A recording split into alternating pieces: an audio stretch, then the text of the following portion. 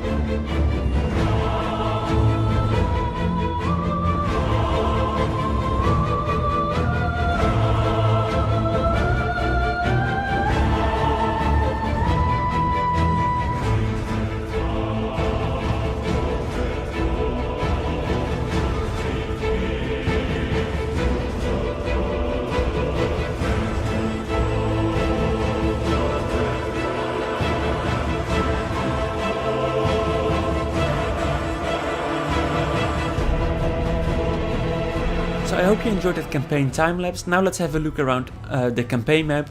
I'll show you some AI army compositions and I'll tell you some other things about this campaign. If you're interested in more campaign timelapses, be sure to click the link in the description.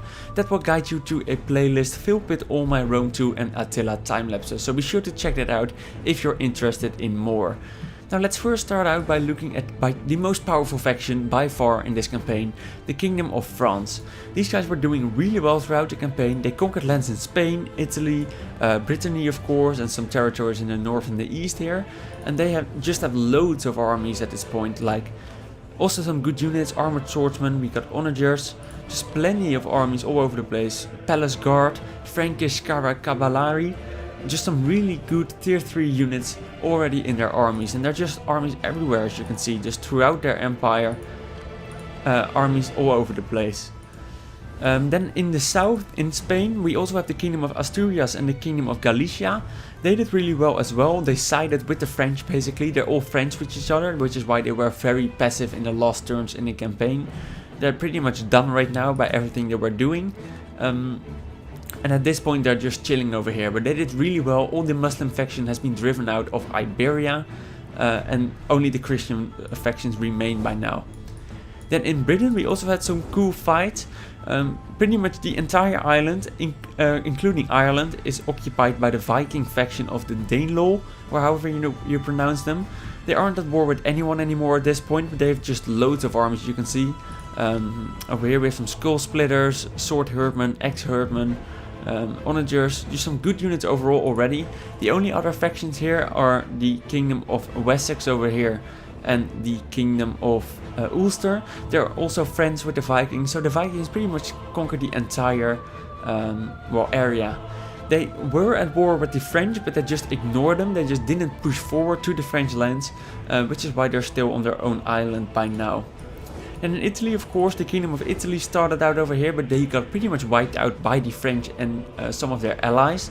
Right now in Italy we have a couple of factions, like the Wilsey, which is a Slavic faction. That's kind of interesting because they were all over the place. They started out in the east, they also had some territories in the north, and these Slavs were just moving around the map very quickly.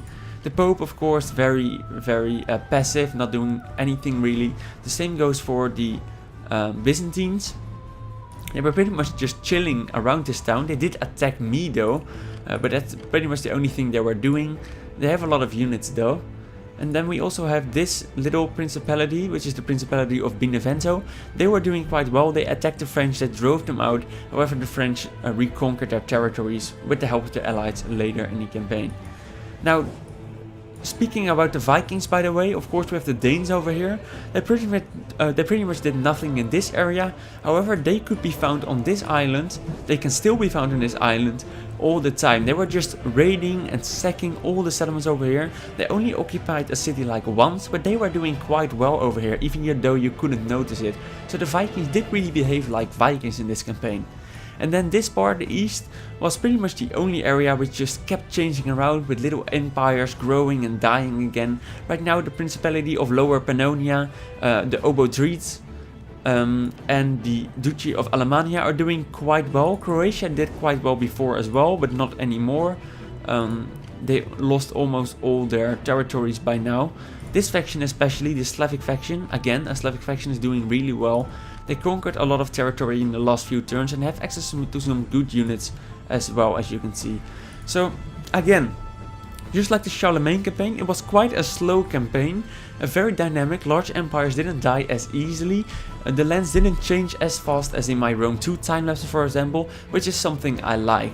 I really like this mod. I recommend you all to download and try it out yourself. It's really unique with a lot of new factions, as you can see, and also new units. Be sure to check it out, links in the description, and I'll see you guys in the next one. Bye bye.